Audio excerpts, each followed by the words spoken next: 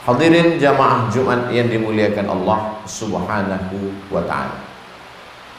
Manusia ini diberikan Allah bekal 3 alat untuk menangkap kebenaran.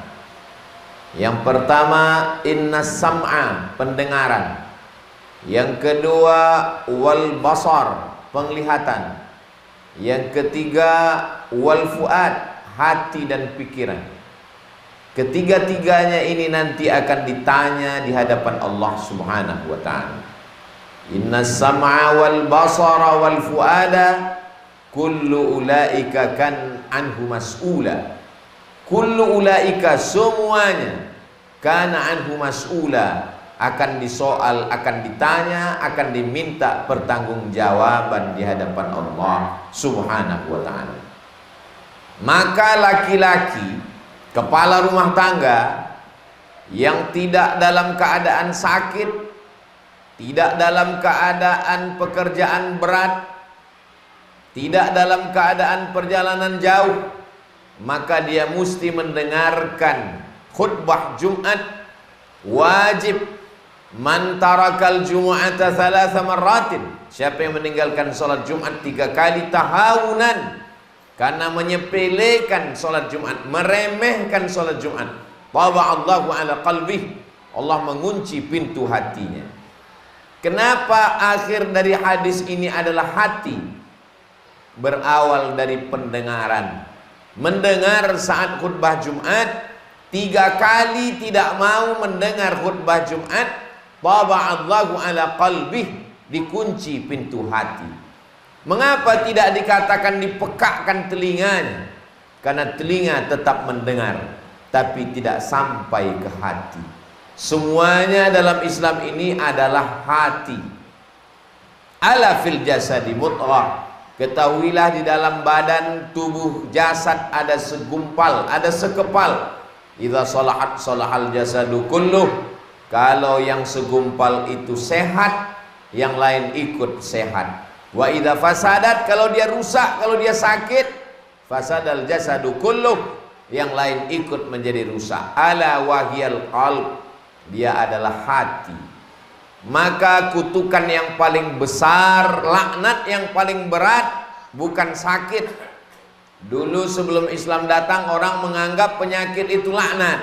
Setelah Islam datang, boleh jadi dengan sakit dosa diampuni. Boleh jadi dengan sakit dapat pahala sabar. Boleh jadi dengan sakit dapat pahala ridha. Laknat terbesar adalah ketika pintu hati terkunci. Maka dikatakan summum bukmun umyun, peka, tuli, bisu, buta. Efek dari apa? Khatamallahu ala qalbih, kalau hati sudah terkunci. Di hari yang penuh dengan keberkahan, hari Jumat, hari Allah Subhanahu wa ta'ala, kita diminta untuk banyak bersolawat. Kita masih diberikan telinga untuk mendengar, yang tujuannya adalah menghidupkan hati. Hati, kalau mata tugasnya melihat dan memandang, kalau telinga tugasnya mendengar, maka hati adalah merasa. Pandai-pandai merasakan perasaan orang lain. Kita sudah melewati nisfu Sya'ban. Sekarang di ujung Sya'ban. Ketika Nabi Shallallahu Alaihi Wasallam paling banyak berpuasa di luar Ramadan, itu di bulan Sya'ban. Mengapa? Aisyah bertanya. Jawabannya, dzaka syahrun yaghfulu anhu katsirun minan nas. Itulah bulan yang banyak dilupakan orang.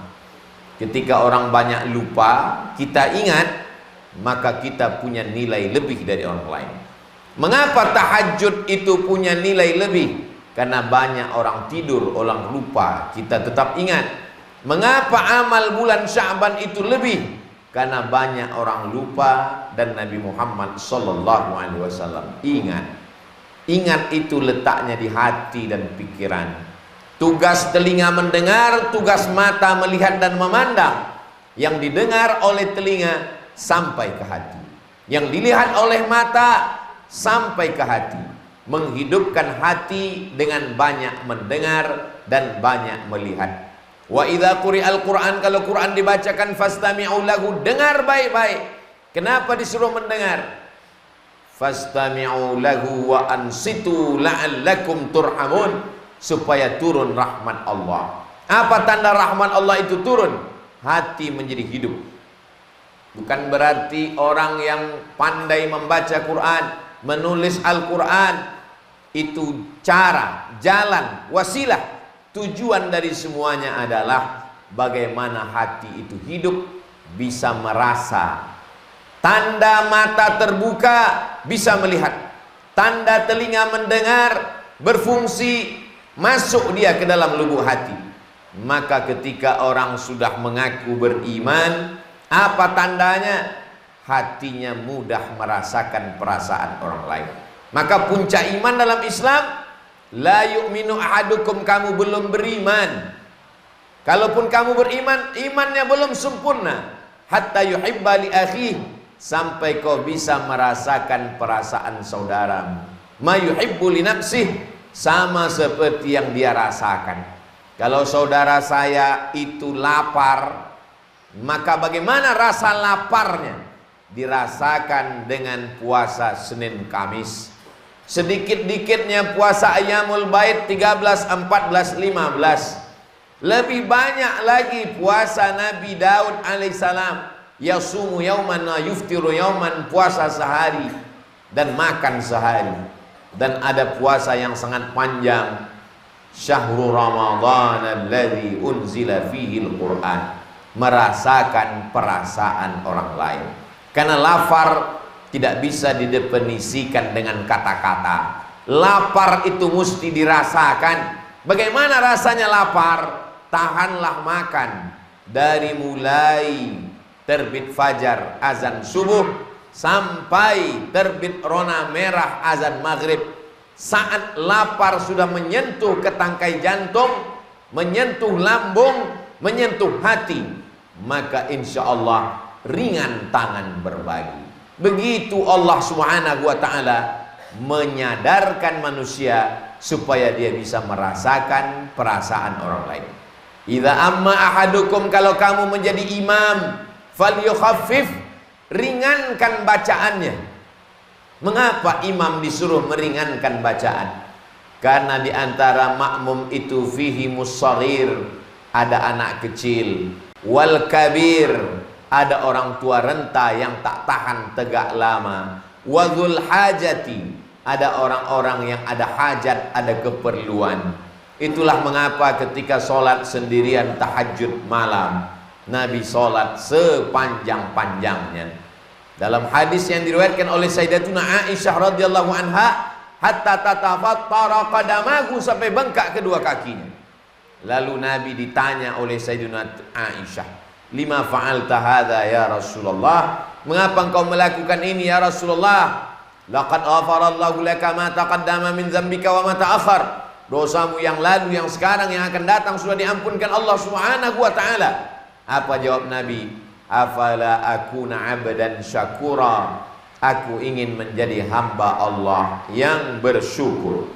Seorang perempuan yang jahat, wanita tunasusila, dalam keadaan musafir, dia lihat ada sumur tempat air, dia pun mendekat ke sumur itu untuk minum, mengambil air. Tapi rupanya dia lihat ada seekor anjing yang menjulurkan lidahnya kehausan. Airnya jauh ke dalam sehingga dia tidak bisa minum. Tersentuh hati perempuan itu melihat anjing yang kehausan. Lalu dia ambil air sumur itu dengan sepatunya yang kotor, dia berikan kepada seekor anjing. Empat makhluk ini semuanya kotor. Perempuan ini kotor, jahat, wanita tunasusila. Anjing itu pun juga kotor.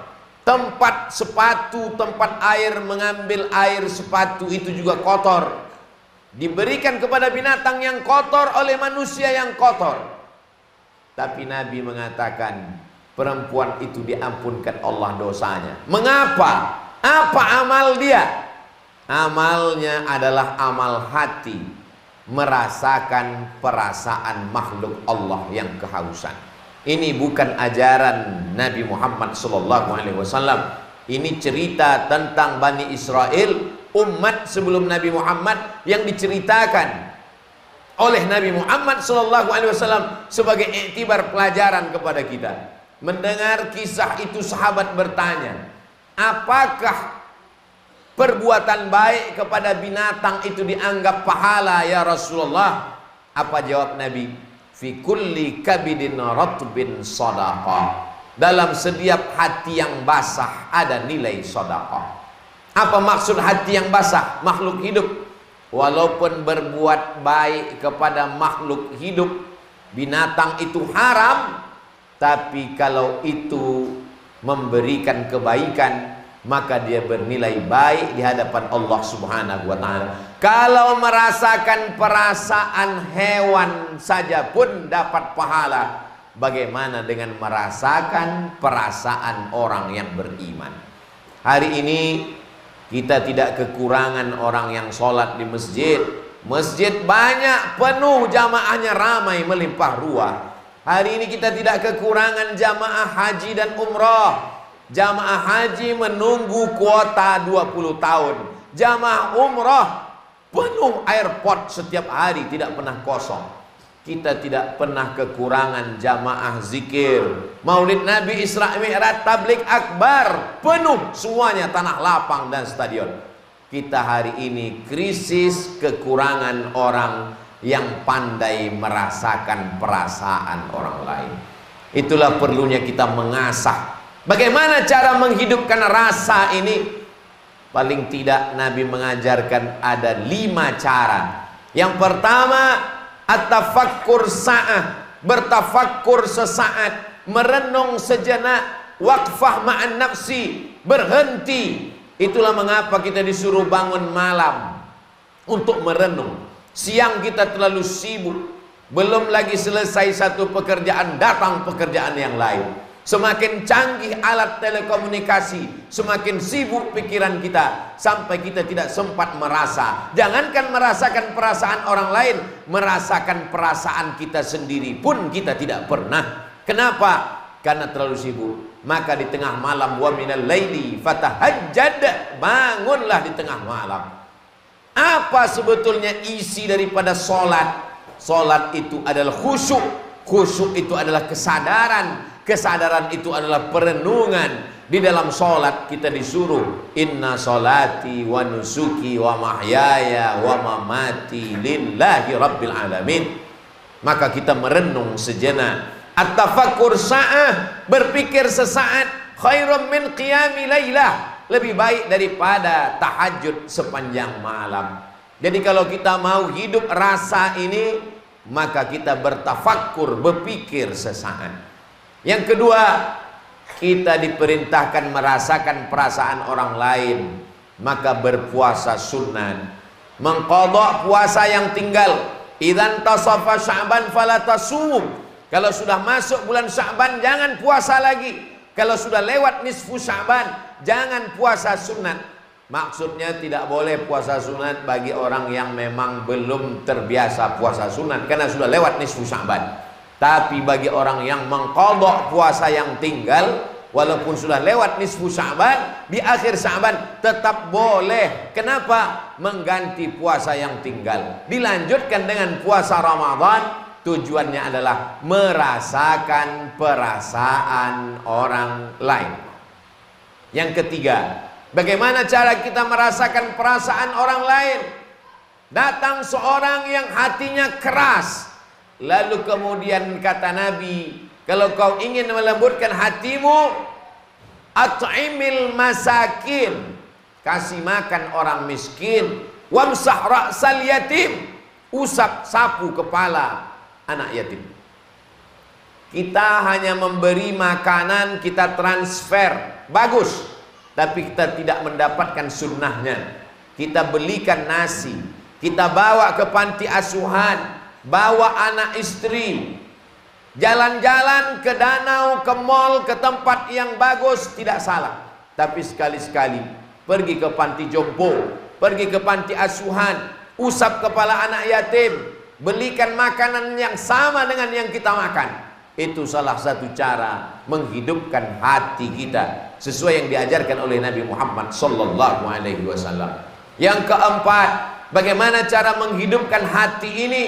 Hati ini akan hidup kalau dia makan makanan yang halal. Sepiring makanan yang halal berubah menjadi setetes darah. Setetes darah akan masuk ke dalam jantung. Jantung menghembuskan darah yang halal. Itulah akan menyembur ke mata. Mata melihat yang halal. Lalu ke telinga. Telinga mendengar yang halal. Kenapa ada orang tidak tertarik mendengar yang halal, melihat yang halal? Karena pikirannya dipenuhi oleh darah yang haram. Nasiatin, ubun-ubun. Kadzibatin, pembohong. Khatiatin, penjahat. Kenapa ubun-ubunnya pembohong, ubun-ubunnya penjahat? Padahal yang bohong lidah, yang jahat kemaluan. Tapi kenapa dalam ayat ini dikatakan ubun-ubun? Ubun-ubun adalah bagian kepala depan, otak. Otak yang berpikir jahat, otak pembohong. Kenapa? Karena darah yang diterima otak dari jantung adalah darah kotor. Dari mana datang darah? Dari jantung. Jantung dapat darah dari mana? Dari makanan. Kulu, makanlah min thayyibat, yang baik-baik. Kalau mau berpikir baik, merenung baik, hati baik, jangan kasih makan haram. Makanan haram menghijab kita dari merasakan perasaan orang lain. Kenapa ada orang kaya yang kikir, bakhil, pelit, tidak pernah ada rasa kasih sayang dalam hatinya? Salah satu penyebabnya adalah karena terlalu banyak makan haram. Kenapa ada penguasa zalim, aniaya, tak memikirkan orang lain? Di antara penyebabnya adalah karena makan haram, menyebabkan hati hitam, menyebabkan pikiran hitam. Kalau sudah hati gelap, pikiran gelap, mata gelap, telinga tak mendengar. Kalau sudah telinga tak mendengar, mata tak melihat, maka kata Allah, ulaika, mereka itu, qulubun la yafqahuna biha, punya hati tapi tak dapat merasakan perasaan orang lain. Adhanun la yasma'una biha, punya telinga tapi tak dapat mendengar yang baik-baik. Mereka punya pandangan, la yubsiruna biha, tidak dapat melihat yang baik-baik. Ulaika kal an'am, mereka seperti binatang, bal hum adall, bahkan lebih hina daripada binatang. Yang terakhir, yang kelima, menghidupkan hati dengan doa. Allahumma ja'al fi qalbi nura. Doa Nabi dalam sholat tahajud, jadikan hatiku ini cahaya. Dengan cahaya itulah kita bisa membedakan mana yang hak, mana yang batil, mana yang bengkok, mana yang lurus, mana yang baik, mana yang salah. Wa fi sam'i nura, dalam telingaku ada cahaya. Wa fi basari nura, dalam pandangan mataku ada cahaya. Wa an yamini nura, sebelah kananku cahaya. Wa an yasari nura, ada cahaya. Wa an amami nura, dari depan cahaya. Wa min khalfi nura, belakang cahaya. Wa min fawqi nura, atas cahaya. Wa min tahti nura, waj'al li nura, berikan aku cahaya. Ad-du'a silahul mu'min. Berdoa kepada Allah, ya muqallibal qulub, engkau yang membolak-balikkan hati, tsabbit qulubana, kokohkan hati kami.